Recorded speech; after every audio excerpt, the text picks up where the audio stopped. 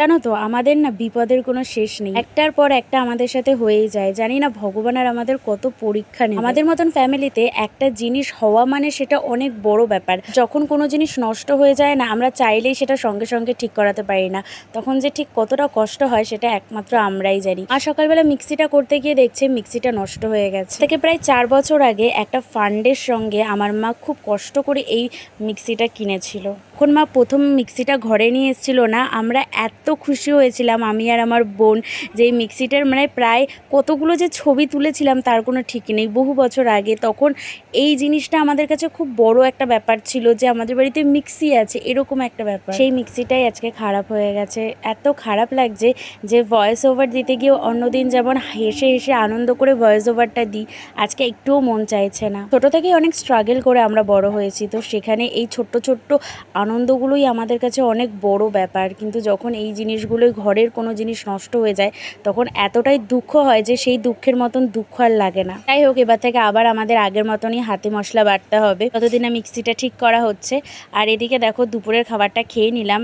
দুপুরে মা করেছিল ভাত, ডাল আর একটা লাউয়ের তরকারি, ওটা আমি খাইনি। আর এইটা হচ্ছে সোয়াবিন আর ডাল দিয়েই আমি খেয়েছিলাম। সেবাই থেকে আমাদের লেবুটা দিয়েছিল।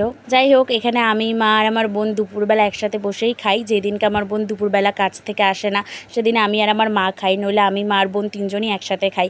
আর এই যে চকলেটগুলো, এগুলো সায়নের যেদিন ছুটি ছিল সেদিনকেও আমাকে দিয়েছিল। মা সারা সপ্তাহ যা যা খেতে ইচ্ছা হয় সেটা আমি সায়নকে বলি, আর সায়নের যেদিন ছুটি থাকে সেই দিন ও সেইগুলো আমাকে খাওয়ায়। তো এই সপ্তাহে আমার খুব চকলেট খেতে ইচ্ছা করছিল, তো ওকে আমি বলেছিলাম, তাই জন্য ও আমাকে একটা সেলিব্রেশন এনে দিয়েছিল।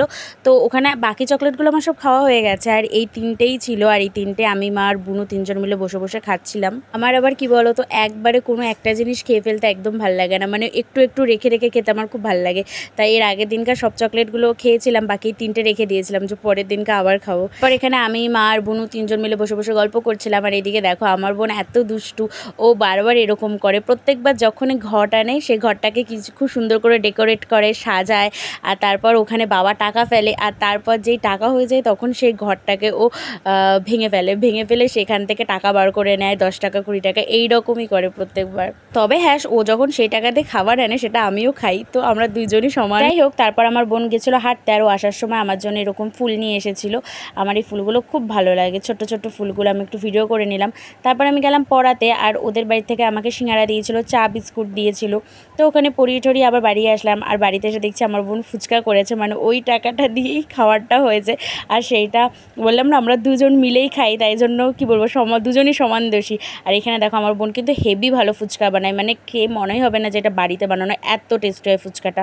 যাই হোক, আজকের ভিডিওটা এইটুকুই। যদি ভালো লাগে তাহলে লাইক, কমেন্ট, শেয়ার করো, আর প্লিজ আমার চ্যানেলটা সাবস্ক্রাইব করো।